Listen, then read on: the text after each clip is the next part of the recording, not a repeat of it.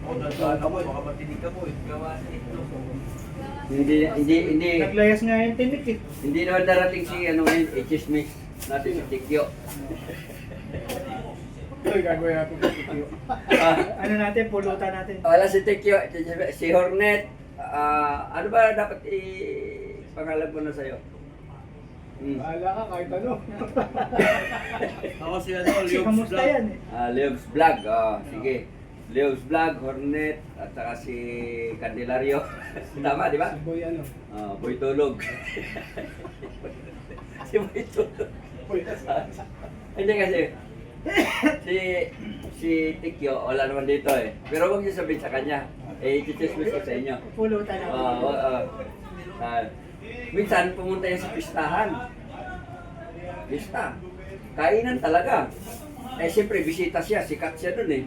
Kasi sa amin kasi, sa lugar namin, kapag pumunta ka doon, galing ka ng Maynila, ay talagang sikat ka doon. So pagdating niya doon sa pista sa isang baryo, asikaso siya. Oo, lalo na may mga kwintas dito.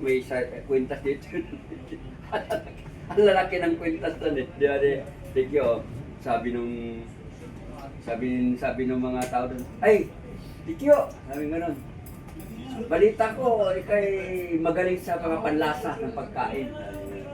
Sabi ni Tikyo, kahit anong pagkain yan, alam ko yan.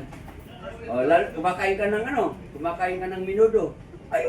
Minudo, ang minudo, masarap yan kapag mainit yung kanin. Yan, masarap yan. Ganun. Yung kumakain ka ng lechon. Siyempre, lechon pa. Lechon talagang tayo probinsyano, may lechon. Sabi niya ganun. Adobong baboy. Ang adobong baboy, masarap yan sa malamig na kanin. Tapos may kape. Ay talaga, ang galing-galing mo talaga. Pero Tikyo, totoo ba yung ulitan na marunong ka rin kumain ng ilaw?